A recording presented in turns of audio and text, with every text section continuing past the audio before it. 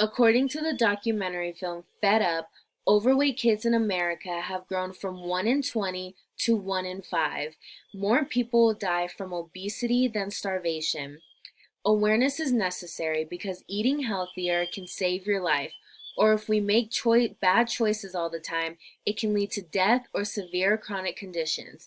Hi, my name is Kaylee, and today I'm going to be discussing the benefits of having a healthy diet on your body and the downfalls of having an unhealthy diet. So, to begin, the benefits of a healthy diet, you feel more energized and live longer. And according to helpguide.org, eating a healthier diet is not about strict limitations, staying unrealistically thin, or even depriving yourself of foods you love. Rather, it's about feeling great, having more energy, and improving your health and boosting your mood. And I agree with this article because before I wasn't on a diet at all, and I used to be very sluggish, not really want to do anything for the day. But once I started eating healthier, it made me realize that I get up in the morning, I'm ready to do things.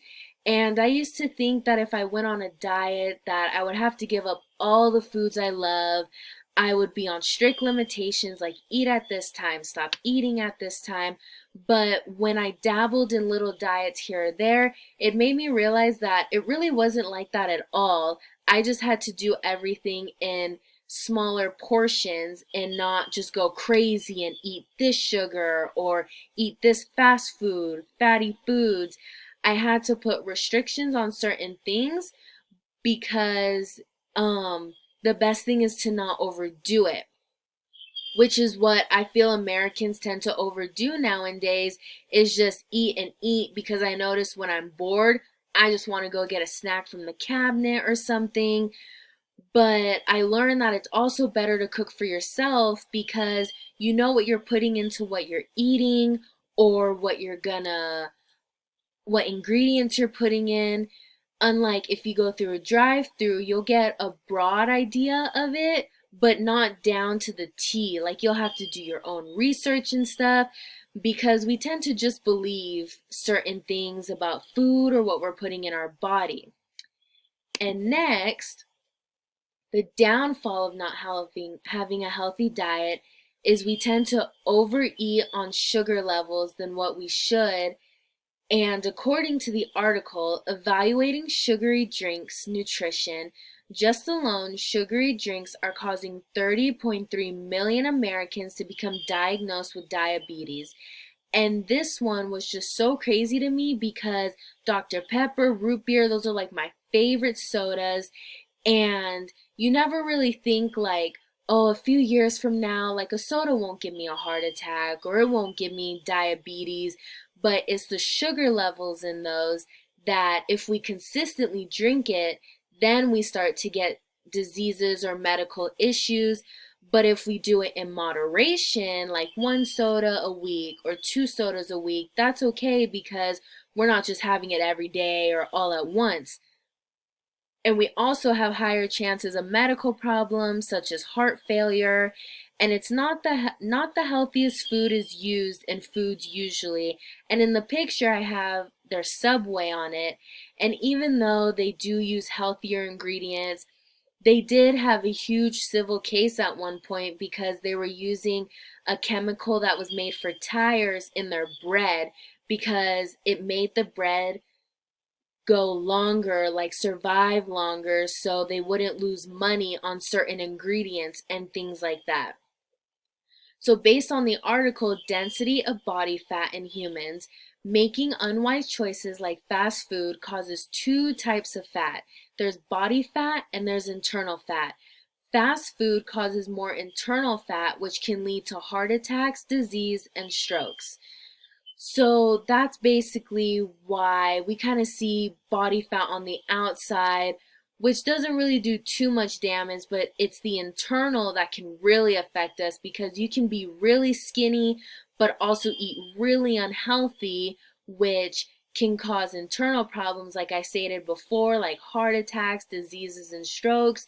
And all of this just builds up over time. It won't happen overnight. You got to consistently keep doing it. So that's why portioning and doing things at smaller amounts is the right thing to do.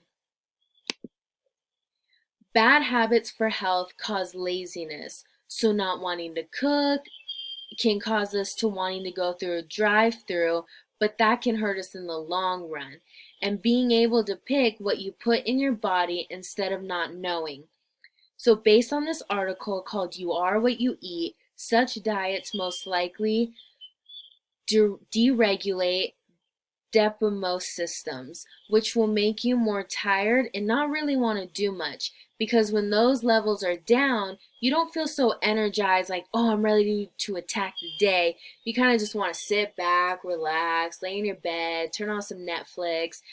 But that's why, like I said before, portioning, just eating more foods, and kind of incorporating more fruits and vegetables will help benefit your body and your energy levels. And natural sugars is also way better than the sugars that you can find in cookies or in boxed foods, because our body can break down natural sugars, while with cookies and all that, our body kind of just takes it and turns it into fat. And less meat is also beneficial because our body isn't really made to take in so much red meat, which can cause cholesterol problems, which is also bad in the long run because it can cause heart failures or heart problems. So it's really all about moderation and just holding yourself back to help through everything. So to close my speech today, I hope you guys take away that it's just portioning, and diets really isn't just restricting yourself and taking all the food you love away. That's why we have cheat days certain times, because you still want to enjoy eating healthy. You don't want to feel like you're being forced to do it. You just want to have fun. And meal prep and getting the right mindset is definitely the biggest thing. You need to believe that you can do it, but if you don't, then it's kind of like you're setting yourself up for failure.